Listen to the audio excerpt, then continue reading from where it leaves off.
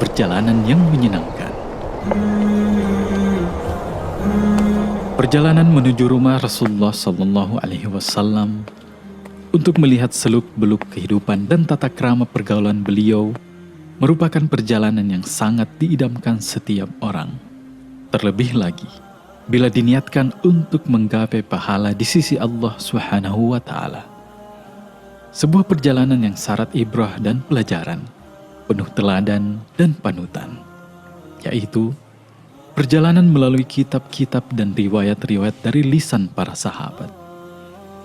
Sebab, kita tidak dibolehkan melakukan perjalanan ke makam atau rumah beliau atau ke tempat-tempat lainnya selain ketiga masjid, sebagaimana yang disebutkan Rasulullah Sallallahu Alaihi Wasallam dalam hadis. Janganlah mengadakan perjalanan secara khusus kecuali ketiga masjid: Masjidil Haram, masjidku ini, Masjid Nabawi, dan Masjidil Aqsa. Muttafaq alaih. Kita wajib mentaati perintah Rasulullah Sallallahu Alaihi Wasallam dengan tidak mengadakan perjalanan secara khusus kecuali ketiga masjid tersebut. Bukankah Allah Subhanahu wa Ta'ala telah mengatakan dalam surah Al-Hasyr ayat ke-7, apa yang diberikan Rasul kepadamu, maka terimalah dia. Dan apa yang dilarangnya bagimu, maka tinggalkanlah. Kita tidak boleh melakukan kunjungan ke tempat-tempat bersejarah peninggalan Rasulullah SAW. Ibnu Wadha rahimahullah berkata, Umar radhiyallahu anhu telah memerintahkan untuk menebang pohon tempat Rasulullah SAW dibaiat. Sebab orang-orang banyak mengunjungi pohon tersebut untuk sholat di sana.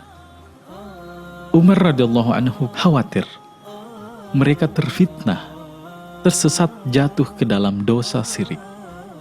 Kisah tersebut dapat dilihat dalam Sahih Bukhari dan Muslim. Ibnu Taimiyah rahimahullah memberikan komentar mengenai kunjungan ke Gua Hira. Sebelum diangkat menjadi Rasul, beliau sering menyendiri untuk beribadah di sana. Dan di sanalah pertama sekali wahyu diturunkan kepada beliau. Akan tetapi, setelah itu, beliau tidak pernah sama sekali mengunjunginya, bahkan tidak pernah mendekatinya. Demikian pula sahabat-sahabat beliau Sallallahu Alaihi Wasallam. Beliau menetap di kota Makkah selama lebih kurang 10 tahun. Namun tidak pernah sekalipun beliau mengunjunginya lagi atau mendekati ke atasnya. Demikian pula kaum mukminin yang menetap bersama beliau di kota Makkah. Setelah beliau berhijrah ke Madinah, beliau berkali-kali memasuki kota Makkah. Seperti pada saat menunaikan umrah Hudaibiyah, saat penaklukan kota Makkah, di mana beliau berdiam selama 20 hari di sana, pada saat menunaikan umrah Jiranah, namun beliau tidak pernah mendatangi Gua Hira atau mengunjunginya. Untuk lebih lengkapnya dapat Anda lihat di Majmu' Fatawa Ibnu Taimiyah halaman 251.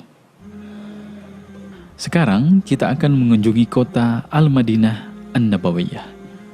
Bangunannya mulai terlihat di hadapan kita.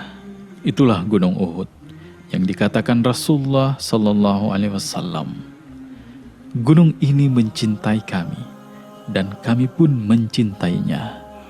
Muttafaq alaih.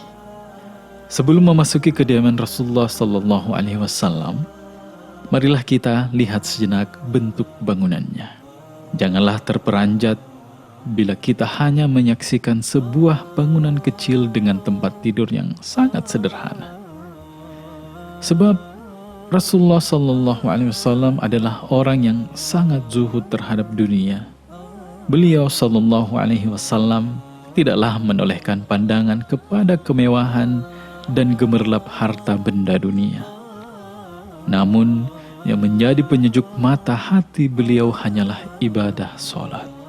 Sebagaimana yang disebutkan dalam hadis riwayat An-Nasa'i, beliau Sallallahu Alaihi Wasallam berkomentar tentang dunia sebagai berikut. Apa artinya dunia bagiku?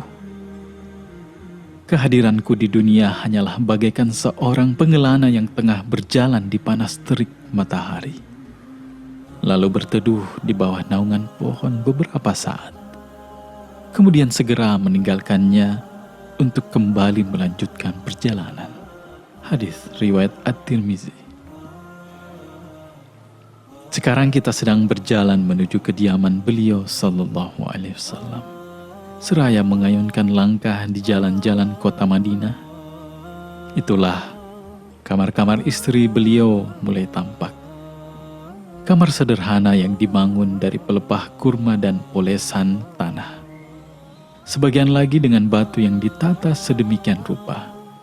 Sementara bagian atasnya dipayungi dengan atap dari pelepah kurma. Al-Hasan mengisahkan kepada kita, aku pernah masuk ke dalam rumah-rumah istri Rasulullah sallallahu alaihi wasallam pada masa khilafah Utsman bin Affan radhiyallahu anhu. Langit-langit rumah tersebut dapat aku jangkau dengan tanganku.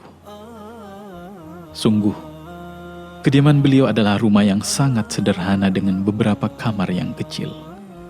Akan tetapi, penuh dengan cahaya keimanan dan ketaatan, syarat dengan wahyu dan risalah ilahi.